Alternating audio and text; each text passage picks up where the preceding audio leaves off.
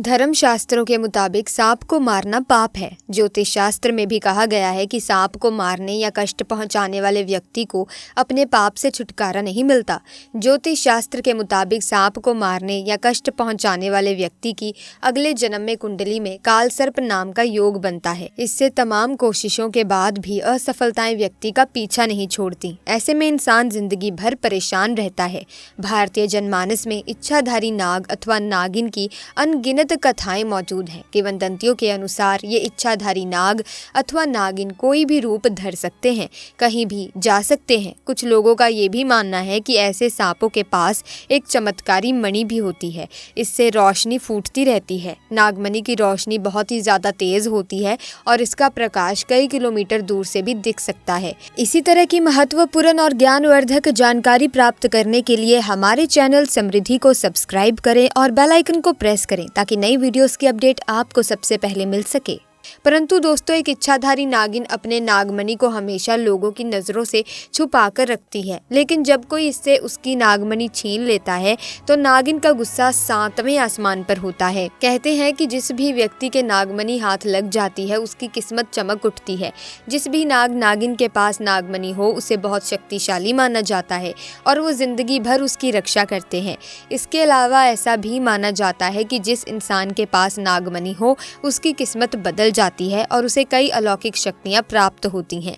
ऐसा इसीलिए क्योंकि नाग नागिन के हवाले से ये कहा जाता है कि इन दोनों का प्यार अटूट होता है। ऐसे में दोस्तों, तब क्या हुआ जब यूपी के गांव में इच्छाधारी नागिन ने दिया एक बच्चे को जन्म। परंतु गांव वालों की इस गलती पर इच्छाधारी नागिन ने जो किया देखकर गांव वालों के पैरों तले जमीन खिसक गई। ऐसे में दोस्तों, जरा सोचिए कि इस नागमणि में कितनी शक्तियां होंगी और अगर ये किसी इंसान के हाथ लग जाए तो वो इंसान बहुत ही ज़्यादा शक्तिशाली हो जाता है, जिससे वो जो चाहे वो कर सकता है। लेकिन दोस्तों, नागमणि को साधारण इंसान हासिल नहीं कर सकता। ये केवल इच्छाधारी नाग नागिन को कठिन तपस्या के बाद महादेव से प्राप्त होती है। लेकिन दोस्तों, अगर कोई नागमणि चालाकी से चुरा ले तो उस व्यक्ति के साथ क्या होगा, आइए जानते हैं आज के इस वीडियो में। क्योंकि तब क्या हुआ जब इच्छाधारी नागिन ने दिया एक बच्चे को जन्म और व्यक्ति की एक गलती के कारण इच्छाधारी नागिन ने उसके साथ जो किया सुनकर लोगों के होश उड़ गए। दोस्तों, ये चमत्कारी घटना है उत्तर प्रदेश के एक छोटे से गांव खेरागढ़ की।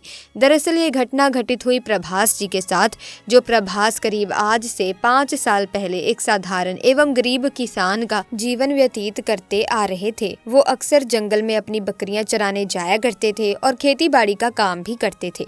एक दिन बकरी चराते चराते वो जंगल के थोड़ा और अंदर निकल गए। उसी जंगल में एक इच्छाधारी नागिन अपने नाग के साथ एक विशाल पेड़ के पास रहा करती थी।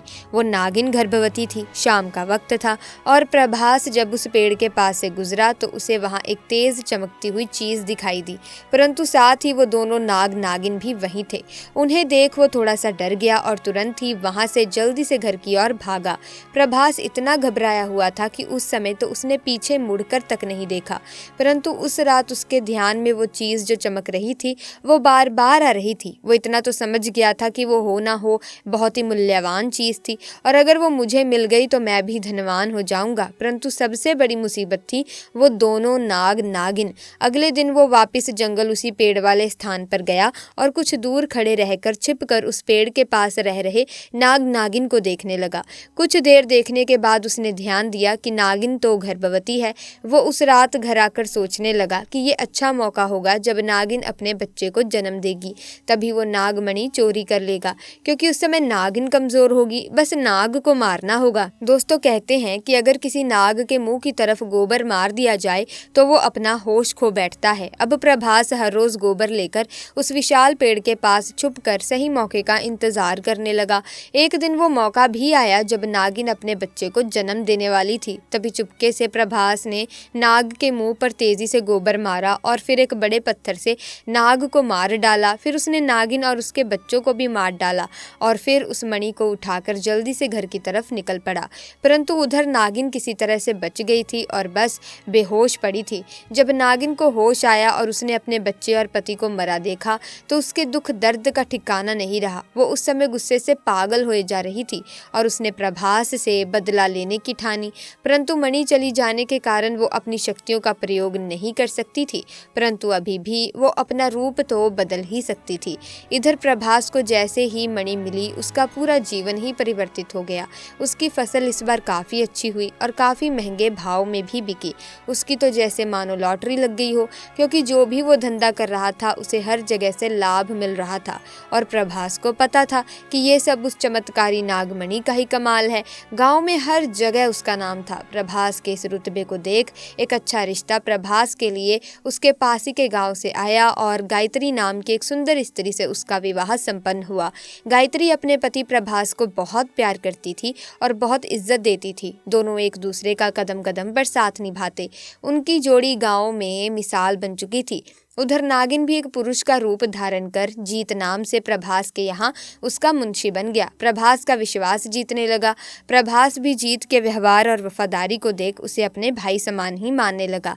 एक दिन गायत्री अपने पति प्रभास के पास आती है और बताती है कि तुम पिता बनने वाले हो, मैं गर्भवती हूँ। ये सुन प्रभास की खुशी का ठिकाना नहीं रहा। उस दिन वो खुद अपने मुंशी जीत के पास गया और बोला कि देखो जीत, मेरा कोई भाई नहीं है, परंतु जब से तुम्हारा साथ मिला है तुम मेरे सगे भाई से भी कहीं अधिक बन चुके हो। आज मैं बहुत खुश हूँ, इसीलिए आज मैं अपनी पत्नी और तुम्हें एक खास जगह ले जाना चाहता हूँ, क्योंकि मेरा इस दुनिया में तुम लोगों के सिवा कोई नहीं है। और वो अपनी पत्नी और जीत को कार में बिठाकर गांव के कोने में ले जाकर कार एक छोटी सी कुटिया के सामने रोकता है और बताता है कि जब वो छोटा था तब इसी कुटिया में उसकी माँ की जान उसे जन्म देते ही चली गई थी। उसके पिता तो पहले ही गुजर चुके थे। तब एक बूढ़े बाबा ने उसकी माँ को वहीं दफना दिया था और प्रभास को उसी बूढ़े बाबा ने पाला था। प्रभास बताता है कि जब भी उसके साथ कोई बुरी घटना होती है या वो दुखी होता है तो बस वो इसी कुटिया के पास चला आता है। यहाँ उसे एक अनोखे सुकून का एहसास होता है। तभी प्रभास आगे बताता है कि आज तुम दोनों को मैं इसीलिए यहाँ लाया हूँ क्योंकि तुम दोनों अब मेरी जिंदगी का एक अहम हिस्सा बन चुके हो।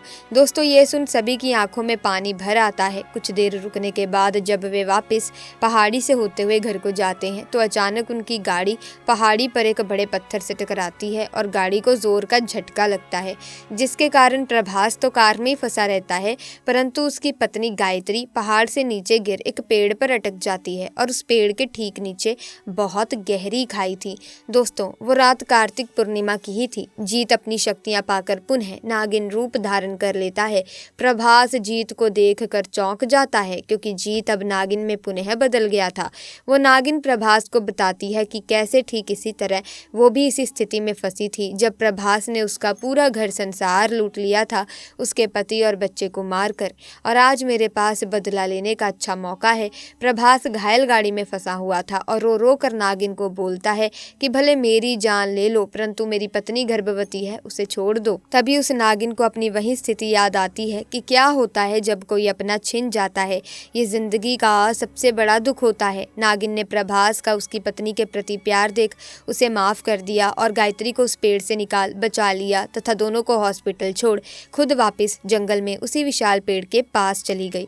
जब प्रभास हॉस्पिटल से स्वस्थ होकर अपनी पत्नी के साथ घर वापस लौटा तो उसे अपनी गलती का एहसास हुआ और उसने जाना कि उसने कितनी बड़ी गलती करी है। वो नागमणि को लेकर विशाल पेड़ के पास गया और पेड़ के पास उस नागमणि को रख फूट फूट कर रोने लगा। तो ऐसे में प्यारे दोस्तों, आपको अगर घटना अच्छी लगी तो वीडियो को लाइक करें, शेयर करें, चैनल को सब्सक्राइब करें। आपका बहुत बहुत धन्यवाद।